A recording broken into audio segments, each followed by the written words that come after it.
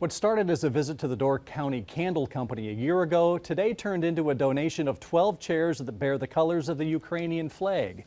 KI General Manager Stuart Kolb visited the Candle Company after hearing the mission of owners Christina and Nick Trapani to raise funds for Ukraine through candle sales. When he learned staff and volunteers didn't have enough chairs and were sitting on old wooden stools, he began organizing the donation of a dozen new office chairs with blue and yellow of Ukraine's flag. Kolb said the Candle Company is so close to its $1 million goal, he wanted to help in a way that would allow them to reach that goal comfortably.